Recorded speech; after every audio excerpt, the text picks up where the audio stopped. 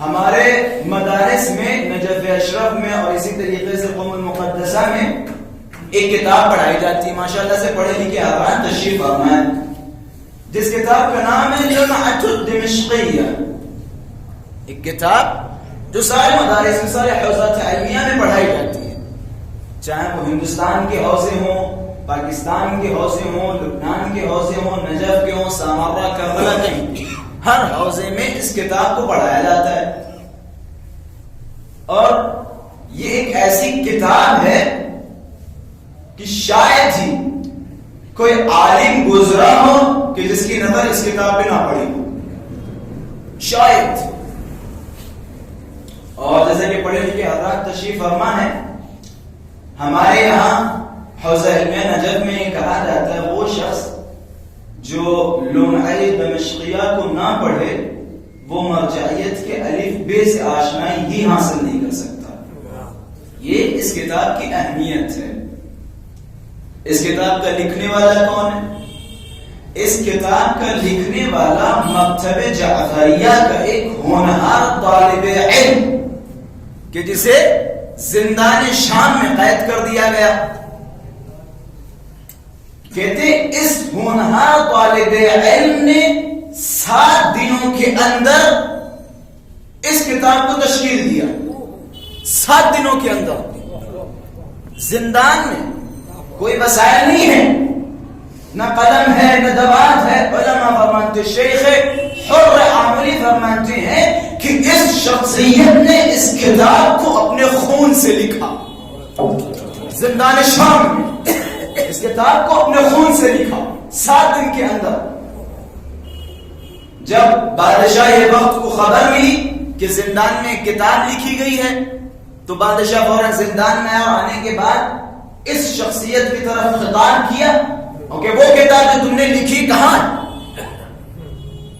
ان کا جواب یہ تھا اس کتاب کو جہاں پہنچنا چاہیے تھا وہاں پہنچ گئی، جہاں پہنچنا چاہیے تھا وہاں پہنچ گئی۔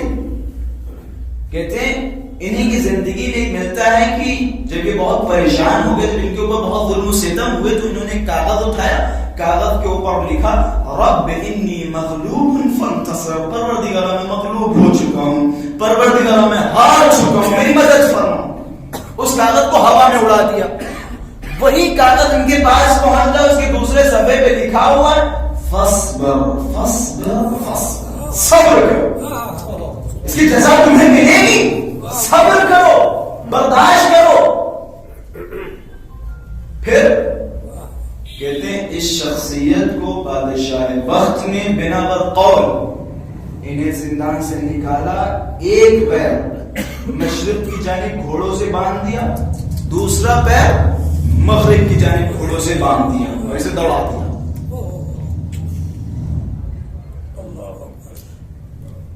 یہ ایک قول۔ دوسرا قول شیخ حر عاملی کا، شیخ حر عاملی فرماتے ہیں اس شخصیت کو زندان سے باہر نکالا، پھر تلواروں سے مارا، مارنے کے بعد سولی چڑھائی گئی، سولی چڑھانے کے بعد ان کے بدن کا مفلا کیا، ٹکڑے ٹکڑے کیے، ٹکڑے ٹکڑے کرنے کے بعد ان کے بدن کو جلا دیا۔ شیخ حر عاملی فرماتے ہیں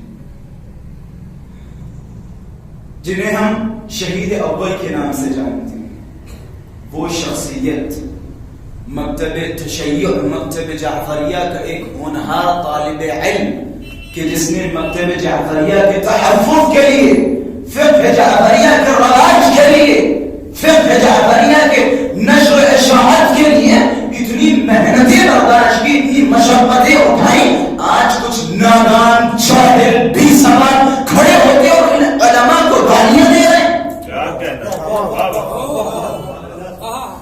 وہ علماء کی جنہوں نے ہمارے پاس اتنا قیمتی تحفہ لے کے آئے، ہم تک ان کتابوں کو پہنچانا، بہت انہوں نے مشقتیں اٹھائی، بڑی محنتیں کی۔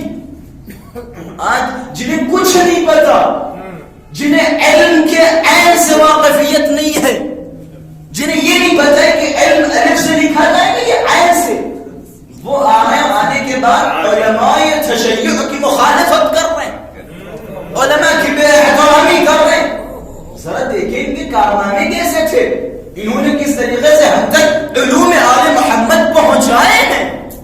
کیا کہنا. ہم اپنی زبانوں پہ کنٹرول کریں.